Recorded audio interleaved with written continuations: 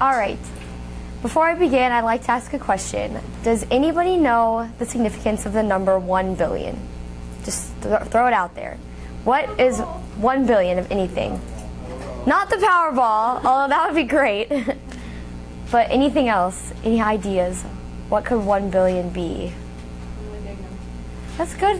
That's close. So, if no one else... I don't know about that. But 1 billion actually of August of 2015 was the amount of users on Facebook. And that was a huge record-breaking number for Facebook. And that ties into a lot of things I'm doing this year, because although I'm studying marketing, I'm also studying social brand marketing and how companies can use social media to further their marketing campaigns. So before I begin, a little bit about me. My name is Annie Ratner.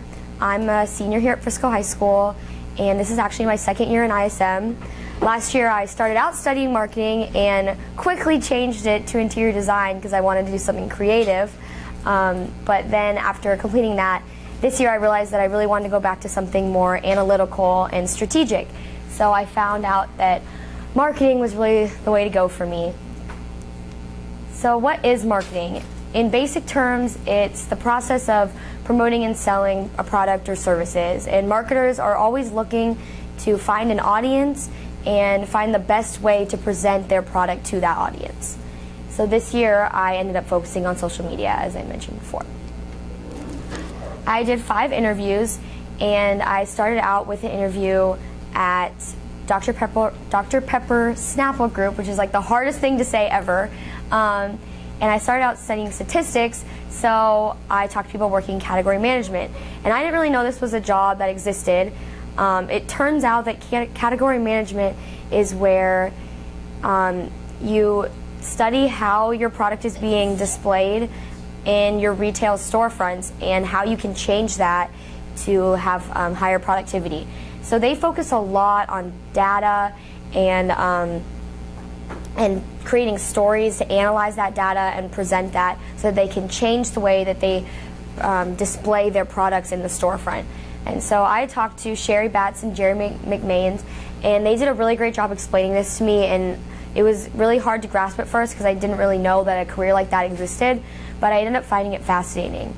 Unfortunately though, to me, there was a lot of data and analysis involved with their career, and it didn't really lend itself to any creativity, so I came away from that looking for someone more creative to interview next.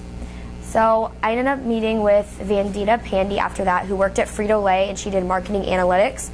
And what I got out of this interview was a lot more about marketing than I did about analytics. And I slowly realized that even though data is really, really important in big business, I really liked looking at it from a creative perspective. And so we had talked a lot about how she uses data to market, but all I really heard from her was the marketing stuff because I just found that fascinating. So after that, I came back to school and talked to Coach Goff and realized that maybe marketing was where I should be, and I decided to change my topic, and I kind of did this whole full circle thing. So I went to JCPenney after that and met with Blair Long, who works in event marketing, and she gets to work on creating and putting together these huge events for JCPenney that have tons of publicity and even have celebrities be involved.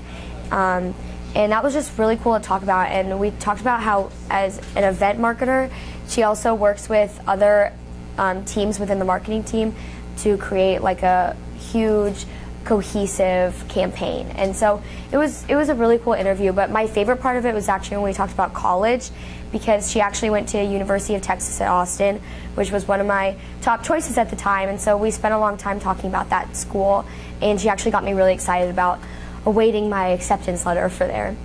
So then after that, I went and interviewed Jolon Victor, who is a previous mentor for a student here at Frisco, and she works at Frito-Lay in the marketing team, but she works and she focuses on innovation.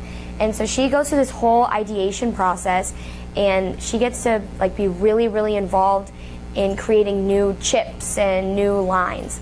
And so it was really cool to hear about how like the process they go through to create these new chips. Like one of the really fun things she gets to do is whenever they come up with a new idea, They get to go down to this kitchen that's inside of their facility, and she gets to try like tons of different chips and tons of different foods that they're trying to create into a chip. So she gets to eat a lot of food, so that sounded really cool to me.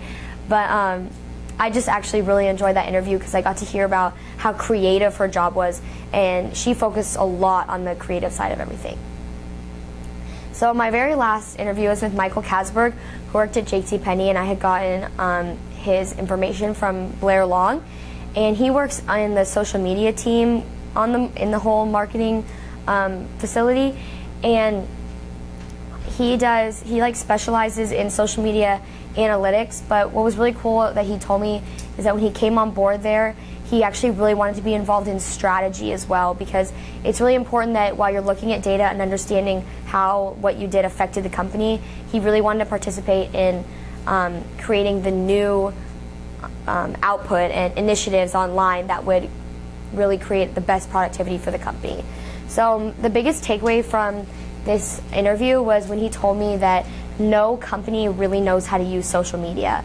And it was kind of surprising for me to hear that, because I thought, every company is on social media these days. They all use it. But I was just surprised to hear that no one really knows how to use it. They're just trying their best to figure it out and just try to get those engagements along the way. And then the other huge thing from this interview that I loved was that he gets to work with his team in a huge conference room that's dedicated just to them. And instead of sitting behind a desk and being alone all day, he gets to be around his team and have face-to-face conversation, and that really breeds a lot of creativity, and it's really, really helpful for their company. So along with my interviews, I got to do some research. One of the things I researched was the importance of data in big business, and basically from the articles I read about that, I really just took away that the outlook for people going into analysis and strategy jobs in business is huge, because data is becoming more and more important for every business, no matter if it's looking into your own business's data and success, looking into other businesses' data and success. But companies really, really grow from looking at data these days. So that was a cool thing to read, especially as I was transitioning from statistics to marketing, because marketing is still really important for data, but you get to combine that with creativity. Another thing I researched was marketing across different platforms, and I was kind of inspired to research this from my interview with Vandita Pandey, and we had talked about the difference between marketing on the internet and marketing on television. And so one of the cool things I learned about the internet was that they use things called cookies, which aren't food, but it's like a programming device where you can search for things like you're trying to buy, like a dress or shoes, and then when you go to other websites, suddenly you start seeing a ton of ads about dresses and shoes, and you'll wonder, how did they know I was looking for dresses and shoes? Well, the computer, the technology is tracking what you're searching for. So for example, when I was doing my original work, I was searching for a ton of stuff about social media, and then when I'd go onto other websites like shopping for clothes, I'd see so many ads about maybe innovation or social media things. And so those are what cookies do on the internet, and they track you. And I learned what's different from that is television. Obviously they can't track you on television, but television is easier to market to because, for example, on Disney Channel, when they do ads, they're not going to give you ads for medications or like AARP and stuff like that. It's Disney Channel, they're going to give ads for children. So television's really easy to market to. They just see who's watching this channel and is that our market audience. And then they are able to put certain ads on certain channels. And so the last thing I researched was actually from our UNT trip, which was product life cycles. And the professor of marketing at UNT, he had a really, really cool presentation all about product life cycles, where I learned about how every product has a birth, a growth, a maturity, and then eventually a death. And so we really just looked into that and how products are a lot like living things. I mean, they're going to be born and they're going to die eventually. No product can really live forever. But there's some that seem to last a while, and we had talked about, why certain products are lasting super long. Like Coca-Cola, it seems like that's been around forever. It doesn't seem like it's going to be dying off anytime soon.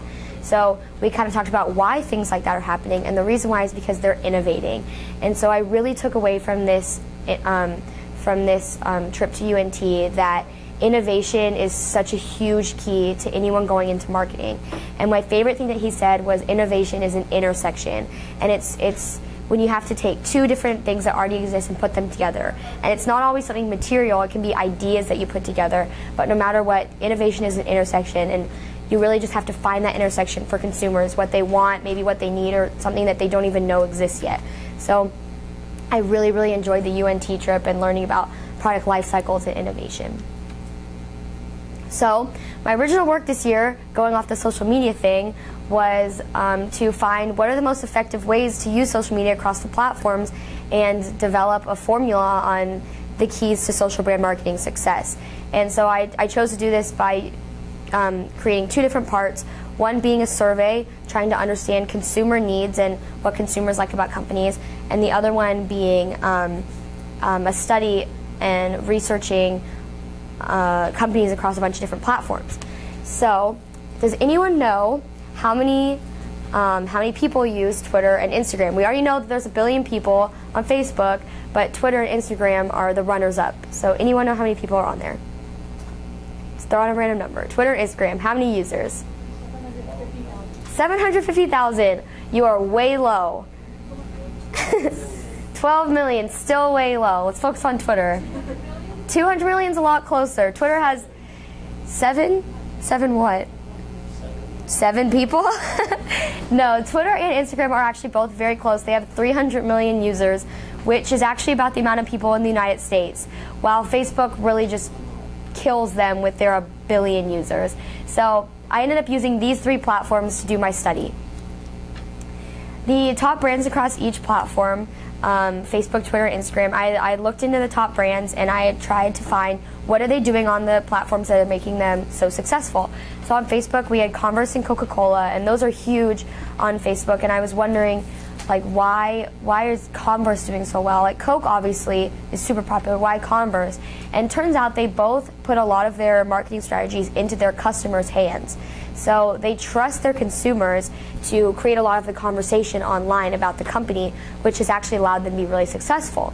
Unfortunately though, I found out for a lot of newer companies, that's not going to work very well for them, just giving away their marketing to their customers, because these two companies are so established. It's just, they already had the one up once social media came up. So then I looked into Twitter, where Nike and Taco Bell are really popular, and Taco Bell kind of surprised me, but I found the reason why Taco Bell is so popular on Twitter is because they create a lot of entertainment for the consumers and the users on the internet. Taco Bell, I actually read an article where they kind of know that their food isn't super great and that they're not like everyone's first choice, so they really drive home entertainment and jokes and consumer participation online so that they can get attention. And then Nike also really does well in the consumer participation, where they respond to almost every single tweet that any consumer ever puts at them, and they have a huge, amazing record for customer service on Twitter. So those two brands really go well on Twitter because of their ability to engage with customers. And then on Instagram, Red Bull and Victoria's Secret are really popular. And Red Bull is really popular on Instagram because they don't promote their products. They actually never promote anything about Red Bull. Instead, they just post tons of pictures of people doing daring, adventurous things, and they really drive home the Red Bull gives you wings slogan instead of focusing on the products. They're very popular on Instagram because of that. And then Victoria's Secret's really popular because they kind of give you a behind-the-scenes look at what's going on at Victoria's Secret. I mean, that included the fashion show and really anything that they're doing with celebrities, and their fans really, really like to see pictures of what's going on with Victoria's Secret on Instagram. So it was really cool to look at all of those and understand why they're so popular. But then there was one company that kind of just killed everyone on social media. They trump every single platform. Does anyone have a guess what that is? It's Starbucks. Good job. Starbucks is like the king of social media. That's based, I called it that in my original work when I typed it up. But Starbucks is the king of social media because they create a brand community. They get their consumers really, really involved with their company online and in real life, and they pair it very, very well. They have their Starbucks inside the store. They have it online. They've created platforms just for customers to come in and create new ideas. And they're promoting a lifestyle, and they just put out tons of pictures of like beautiful things. So they get their customers super involved, and they also give their customers a lifestyle. So basically anyone that's a crazy Starbucks fan, like really intense Starbucks fan, Starbucks is kind of their life. Like they just love Starbucks, and they bring it to school and they bring it to work, and it's just, they've created this community as a brand with their consumers. So Starbucks wins by far. So at the end of the day, after looking at the conclusions I made from my survey and from looking into all these companies on social media, I discovered 3 really important things for brands to do. And they actually kind of go outside of just social media. It's really important for these brands to have a really solid marketing foundation. So I found that it's really important for brands to have values. Consumers really like it when their company stands for something so that they can join that company and have a belief in something else. For example, REI did a campaign that was #OptOutside, and on Black Friday they had everyone that worked for them not come to work, and they just said, we're skipping this, we're not pricing in Black Friday. And the reason why was because their company stands for being outside and exploring and travel and not wasting your time indoors. And so it was really cool for their customers, and they really appreciated that the brand displayed their values like that. That paired a lot with consumer lifestyle.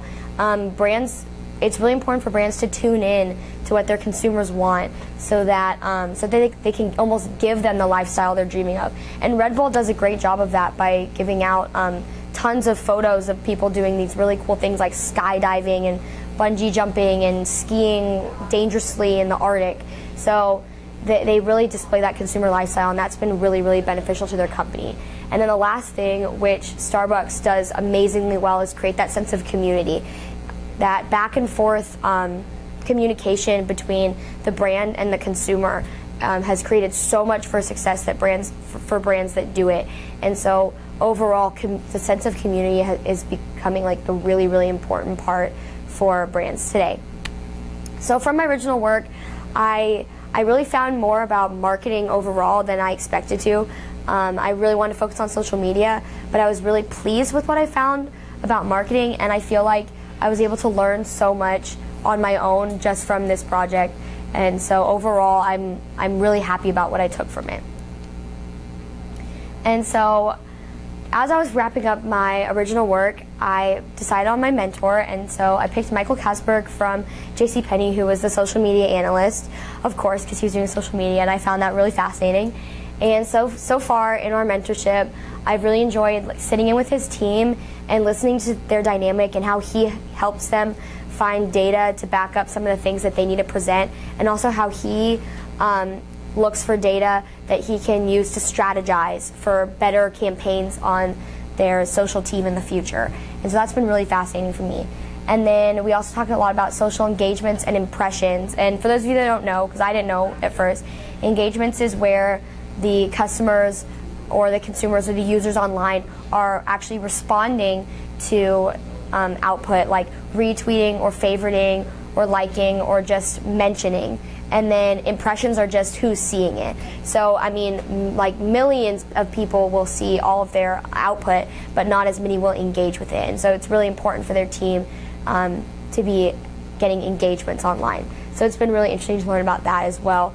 And we also talked about, with the engagements, how you can track your success. Because sometimes just because you're popular on social media, it doesn't mean that you are actually making money off of that. So we talked about the ways to really track the success. And what's cool for Michael is that he gets to use like these apps that create graphs and show you the spikes in your engagements and also the spikes in the company profit. So he's able to track it like that. But for someone that doesn't have that opportunity, it's really difficult to track that kind of stuff. So it's not something that I would be able to do on my own. It's really not something that anyone would be able to do on their own without really solid data and applications that would help them create that correlation. And then we've also been talking about their role in the overall marketing team and how sometimes they like to branch out from the marketing campaigns and just focus on social campaigns that have really made a difference in the past. So overall, so far in my mentorship, it's been really, really cool to learn about how his team in the social department is able to create such a huge impact for the company.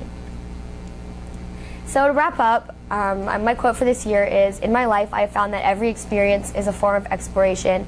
And that was said by Angela Adams. And I really like this quote, and I used it last year as well, because really in life, you really don't know where you're going. I mean, I have an idea. I know I'm going to go to school studying marketing now, but I never know when that might change, and I just want to keep exploring, experiencing as much as I can, so that maybe someday I'll really know exactly what I want and exactly what I want to do and what I value. And but as I did say, I am going to study marketing in school, and with the help of Blair Long from one of my interviews, I decided that I am going to go to the University of Texas at Austin, and I'm going to study marketing at the Red McComb School of Business, so I'm really excited about that. So for the rest of the year at ISM, I want to work on my final product and find something really cool to do with my mentor.